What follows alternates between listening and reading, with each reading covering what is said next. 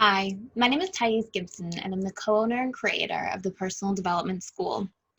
This is your daily breakthrough video, and in this video, I want to address a really important topic. And based on the comments and feedback I get from you guys, if this is something that's going to be beneficial to you and helpful for you, I will go on to create sort of a series around this. I'll probably get started since I'm sort of pre-batching some videos today on that now. But this topic is about how to overcome loneliness. And loneliness is something that affects different attachment styles differently for a variety of different reasons. So I will boil it down into like the different categories and where it comes from and the different types of loneliness we can experience. But the reason I'm really addressing this topic is we've sort of had an onslaught of emails more recently and messages more recently about people experiencing loneliness. And obviously, the whole quarantine situation and everything that's happening all over the world is going to play a really dramatic impact on that. Now, before I dive into this, I just want to give you like a background on some of people's experiences of loneliness, because this is often something I think people can sometimes feel shame around. And I've heard many comments of people saying they're ashamed to admit to their friends or family that they're lonely, or they're ashamed that they're experiencing loneliness. But something that's important to know is research demonstrates that more than 3 in 5 Americans experience chronic loneliness. And more people are reporting that they feel left out, misunderstood. They feel like they don't have deep, meaningful relationships. And according to a Cygnus survey that was done with UCLA, basically 58% of women and 63% of men reported feeling extremely lonely who are employed full time. Now, these statistics, these studies were done before quarantine hit, before COVID hit, which literally is going to create a huge shift in the dynamics of loneliness. And loneliness has become a public health crisis, meaning that it's affecting society. It's not just something that's any longer about the individual, but it's actually having like economic impact on society and mass impact on society. And research has gone on to show that something called the subjective feeling of loneliness, which is basically like our personal interpretation of feeling lonely, meaning essentially that like you can be in a relationship, you can have friends and family around you, people around, but still feel that subjective chronic feeling of loneliness. Research shows that that's roughly equal to smoking about 15 cigarettes a day, and that it does have an impact on obesity, anxiety, depression, and increasing rates of heart attack death by over 30%. So there's some really dramatic research around this. And places like the UK actually have appointed a loneliness minister. Places in California actually have like friendship hotlines that you can call.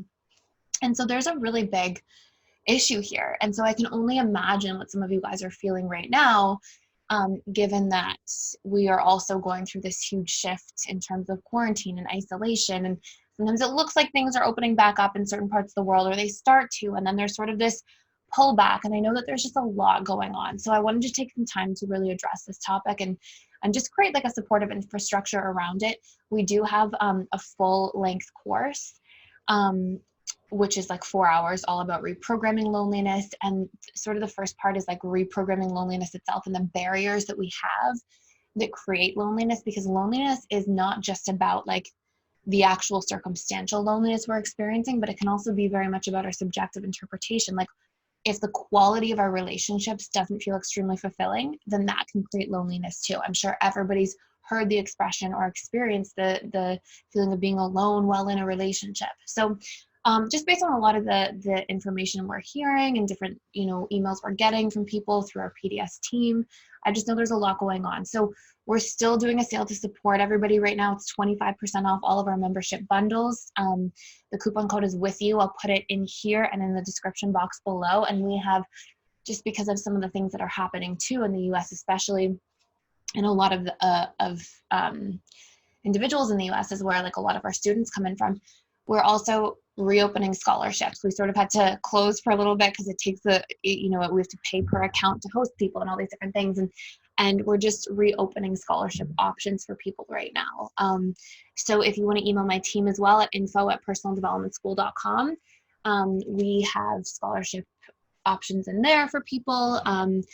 So please feel free to do that, especially if you're experiencing loneliness. And we have a course in there too. Like if this is something you're going through, it's like a full intensive course. It's really going to help you go from like understanding what the barriers are to connection, which I'm going to put some free content here on YouTube about that as well.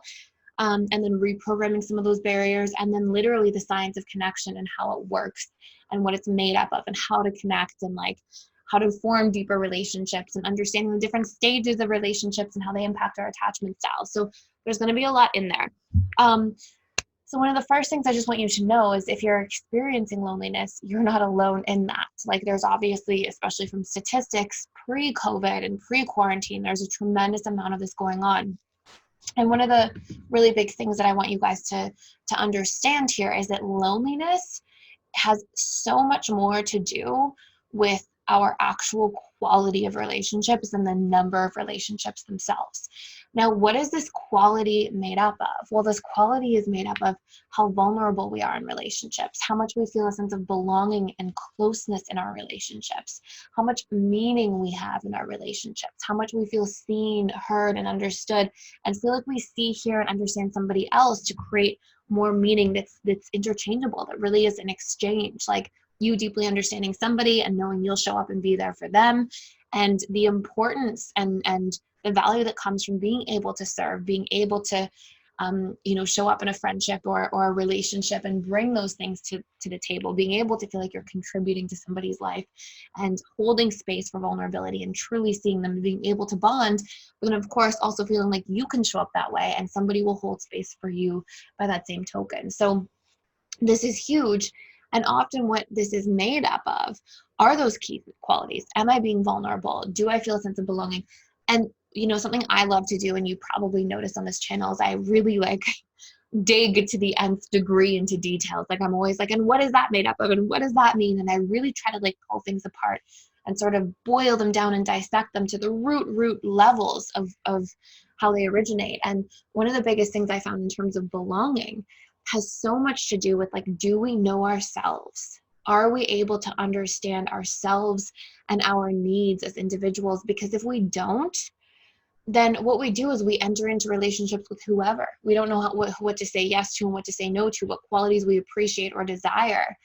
And while it's beautiful to be open-minded and connect with all different sorts of people, if we don't know what we're trying to get from relationships and who we're trying to be when we show up in relationships, then there's naturally going to be a lack of belonging that occurs because you're not really connecting as the deepest version of yourself, right? Or the most authentic, in integrity version of yourself, which plays a massive role on connection. So I'm going to go through and just touch on in this video 5 key qualities of loneliness.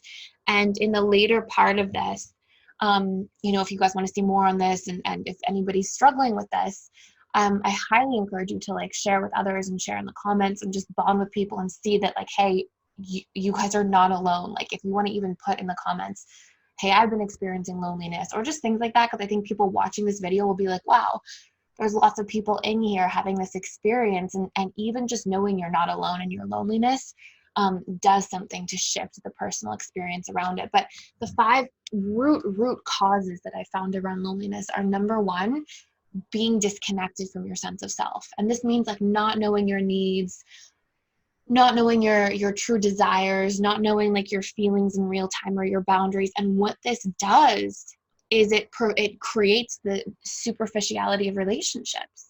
And again, I really believe, especially from doing so much research into creating this course and everything I did, that the course came out in July, so much of what I found was that loneliness, truly, the type of loneliness that hurts, has a lot less to do with somebody actually being physically alone and a lot more to do with somebody being emotionally alone, emotionally disconnected from the people around them.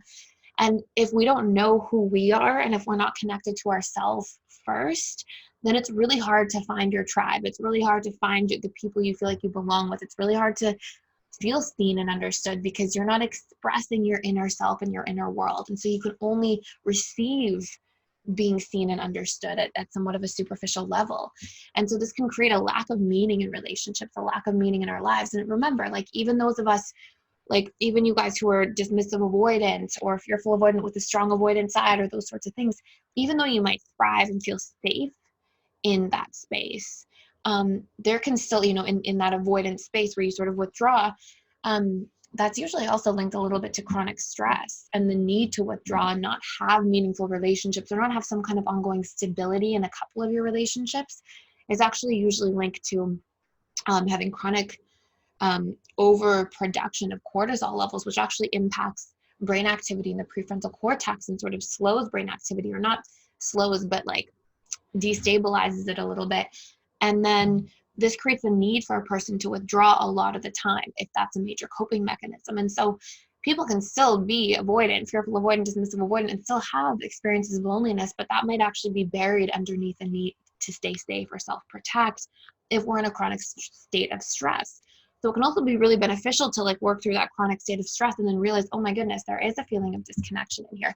And I'll talk about that a little bit more and maybe like some of the fearful avoidant, dismissive avoidant parts of this topic. So that's cause number one. Cause number two are stored fears that we're bringing into relationships. So this can be, painful stories we've had about things that happened in the past. And we can be afraid and then in protection phase instead of vulnerability phase or vulnerability mindset. So we can go in, we can have all these relationships around us even, but then not feel safe or okay to open up. And then again, that's creating more of this superficial dynamic in our relationships, which in essence really creates a form of separation. So that's really important to recognize. And we want to isolate specifically, like, what are those fears, and I'll go more into this series if it's something you guys really want to see and something you need to like how to isolate some of those fears and what to do with them. And then our third main root cause is hurt. And what I've adapted from here is it's not just hurt, but it's the behavioral coping mechanisms that come with hurt. So for example, maybe you've been hurt in terms of trust in the past. And so maybe you feel like you couldn't trust, and then your behavioral adaptation to that hurt or that core belief or that wound that's imprinted the subconscious mind has been, to keep people at arm's length, to not enter into romantic relationships. If you do enter into romantic relationships, to do so with your guard up, to not share too much of yourself. Sometimes I see for people, it's like, oh, let's date multiple people at once. The whole time we're dating, let's even be in a relationship and keep some other people on the side. And, I know in some communities or places, it's like, I know even in some books that are like scientifically based, it's like the anxious, preoccupied person should date multiple people. And I can't fully agree with that. I can absolutely support if people have different views on relationships in terms of like polyamory, monogamy, and I absolutely support that and hugely make space for people to really find themselves and what works for them. But if you're trying to date multiple people and you're seeking a monogamous relationship and you're trying to date multiple people to just protect yourself from like worrying too much about a person, it's like you're trying to solve a problem from the outside in instead of from like the inside out and doing that internal work and feeling safe. And it can prevent you from really like putting your heart into relationships and opening in relationships and again creating that meaningful quality connection, which is a very important part of like removing loneliness. And so hurt can manifest in those sorts of ways, but it can also manifest in a whole bunch of other ways, which is like I don't get into relationships at all, I don't open up in friendships, I don't fill in the blanks. And in the course, I actually went through and put like all a chart of a whole bunch of different types of relationship hurt that we experience, and then the types of behavioral coping mechanisms that come with them, and how to be aware that we might be carrying some of these things at the subconscious level that literally act as a barrier between ourselves and others. Like I think of this as going into relationships with past wounds, and we go in, but we've like created an invisible wall between ourselves and others, and that will impact the quality of the connection of a relationship, which then will impact our feelings or lack thereof of loneliness. So those are three really big root causes, and you can reprogram this stuff once you isolate it. And then a fourth one is shame. What is shame? What do we do when we feel shame? Well, we hide, right? We usually want to like pull away and keep ourselves separate and hide from the shameful experience or withdraw. And a lot of what keeps shame alive at the subconscious level is not the fact that we're experiencing external shame and people are shaming us, but that we are in an act of maybe sometimes even compulsively, or at least repeatedly on autopilot, shaming ourselves. And it's usually not the whole self. It's usually very specific parts of ourselves that we've repressed and sometimes can form a shadow aspect of the subconscious. So, or in the subconscious. So this is another important thing to do, is like reprogram those painful parts of ourselves that we're shaming and start integrating those back into the whole, and stop isolating parts of ourselves, or thinking that, these parts of ourselves are too shameful to share. And I see these with like really not shameful characteristics for most people. Most people are like shaming themselves for having emotion, or shaming themselves for wanting love or wanting a relationship, or shaming themselves for being imperfect in some way and playing the like, once I'm perfect, I'll let myself make new friends, or once I buy a house, I'll let myself make new friends. Like these big barriers of connection. And what that can do too is it's another way of connecting through a mask. If we're only showing parts of ourselves in a relationship, then obviously as a byproduct of that, we don't let ourselves be unconditionally loved, because we're going into a relationship or friendship or whatever it might be with conditions that we've impeded, or that we've sort of like created for ourselves, right? It's like, oh, I can only let these parts of me be seen and liked or loved. And so you're creating the tone, or you're setting the tone, or creating the environment to like be conditionally loved, because you're conditionally loving yourself to the degree that you're not even allowing all of yourself to be brought to the table and seen, which again creates this barrier in relationships, this superficiality in relationships, and you're connecting through all of these invisible walls and keeping parts of yourself shameful and rejected and exiled from the whole. And then the last major thing that I see quite often is this competition-based mindset. And I don't mean like friendly competition, like let's go play a game of tennis or soccer or like some kind of sport and like laugh and see who wins and like have a good time. I mean like competition that's this constant state of comparison and having this like, oh, this person's doing well here, so I better do this over here. And it's this, instead of being able to actually share in each other's emotions, instead of being able to like see your friend succeed and be purely excited for them and happy for them and like, wow, and even inspired and something you can learn from them, it's like this cutting off. It's like this separation of, oh, I'm judging myself against them. And it's so funny too, because it's like we're so unique as human beings. We have so many different belief patterns we carry into relationships, so many different needs that we have, such different programming from our early childhood experiences and our genetic predisposition, and so many layers of what constitutes as the self. And it's just so funny that we can get into a space that we even do that, because it doesn't make any rational sense. It doesn't make sense. It's like comparing like not even apples to oranges. It's like comparing like bananas to kiwis. It's so different. They're such extreme opposites. It's like comparing fruits to vegetables. It's like fruits to meat. Like it's so different because we have such a unique set of subconscious experiences and mind. And so to even put ourselves in a position where we compare ourselves in like an unhealthy separation, competition based way is just wasting your emotional time, honestly. It's like, how can we learn from that or be inspired from that, or look at them and see them and be excited for them in that, so that we feel good. And it's such an important part as well of changing loneliness, instead of having this separation-based way of thinking and perceiving. So these are 5 root causes of loneliness. There's so much more I can say about this topic. I hope this video wasn't too long. But if you guys are interested, I will pre-batch some more videos about like how different attachment styles go through loneliness. There's so much more to say about this too. Then it's like really pulling these things apart. And we have exercises for how to reprogram these things in the course.